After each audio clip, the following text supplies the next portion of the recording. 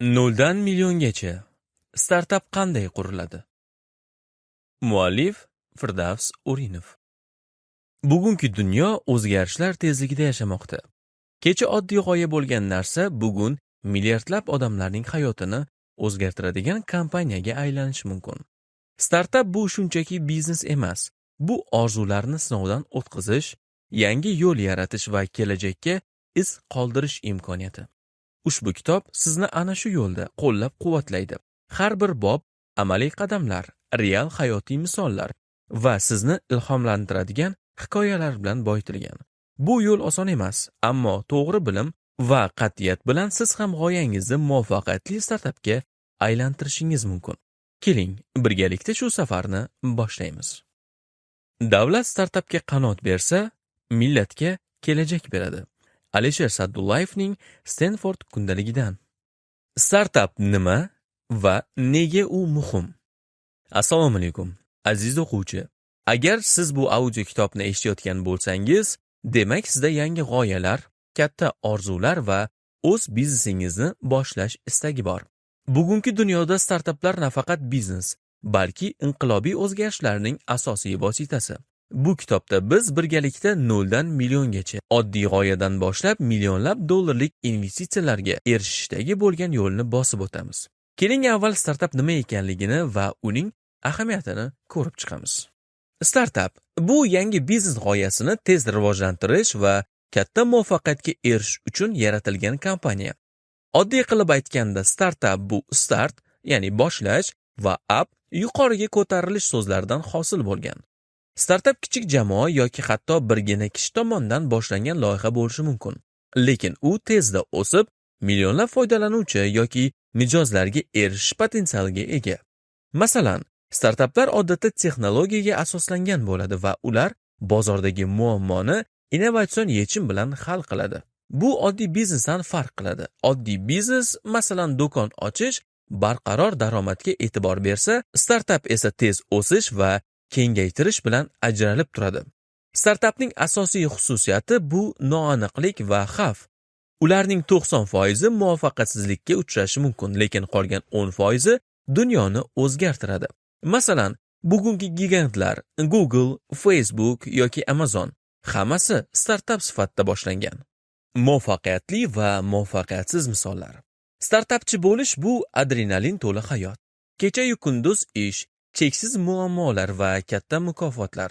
Muvaffaqiyatli misol sifatida Uberni olaylik. Uber 2009-yilda Travis Kalanick va Garrett Camp tomonidan San-Fransiskoda boshlangan. Ularning g'oyasi oddiy edi. Taksi chaqirishni smartfon orqali osonlashtirish.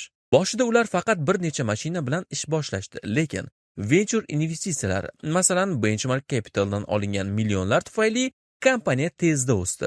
Bugun kunga kelib Uberning qiymati 100 milliard dollardan oshadi va u butun dunyoda millionlab odamlarning hayotini o'zgartira olgan. Bu muvaffaqiyat tez o'sish, doimiy iteratsiya, ya'ni yaxshilanish va bozor muammosini hal qilish natijasida yuz berdi. Muvaffaqiyatsiz misollar ham ko'p. Masalan, Quibi 2020-yilda Jeffrey Katzenberg tomonidan boshlangan startap. U qisqa videolar uchun mobil platforma edi. U 1,75 milliard dollar investitsiya oldi, lekin bozor talabini noto'g'ri baholadi. Foydalanuvchilar uzun videolarni afzal ko'rishdi va pandemiya ta'sirida 6 oy ichida yopildi. Bu misol shuni ko'rsatadiki, hattoki katta mablag'lar ham muvaffaqiyat kaliti emas. Muhimi bozor tushunchasi va moslashuvchanlik. Kitobning maqsadi. Bu kitobning asosiy maqsadi nol bilimli odamni kuchli startapchiga aylantirish. Agar siz startap haqida hech nimani bilmasangiz ham, bu kitob sizga qadam-ba-qadam yo'l yo'riq beradi. G'oya topishdan boshlab, MVP, ya'ni minimal ishlaydigan mahsulot yaratish, jamoa qurish va millionlab dollarlik venture kapital yoki angel investorlardan mablag' olishgacha. Siz nafaqat nazariyani o'rganasiz, balki amaliy maslahatlar orqali o'z startapingizni haqiqatga aylantirasiz. Masalan, kitob oxirida siz pitchdek yaratish va 100 ming dollarlik birinchi investitsiya olish bo'yicha aniq qadamlar bilan chiqa olasiz. Har bir bobda biz batafsil tushuntirishlar berishga harakat qilamiz. Real hayotdagi misollar keltiramiz va amaliy maslahatlar bilan ta'minlaymiz. Masalan, Airbnb'ning uy egalarini sayohatchilar bilan bog'lash g'oyasi qanday muvaffaqiyatga erishgani haqida gaplashamiz. Ular boshida faqat havo matraslari bilan mehmonxona muammosini hal qilishgan va bugun $100 milliard kompaniyaga aylangan. Yana Dropbox misoli. Ular MVP sifatida oddiy video demo yaratgan va millionlab foydalanuvchini jalb qilgan. Har bir bobda siz SWOT tahlili, bozor hisoblari va intervyu shablonlari kabi vositalarni o'rganasiz va ularni o'z loyihangizda qo'llashingiz mumkin. Bu kitob sizni nafaqat muvaffaqiyatga, balki muvaffaqiyatsizlikdan saboq chiqarishga o'rgatadi. Startap bu marafon, lekin to'g'ri yondashuv bilan siz milliongacha yetib borasiz. Keling, birinchi bobdan boshlaymiz. Startap g'oyasini topish va baholash. Tayyor bo'lsangiz, davom etamiz.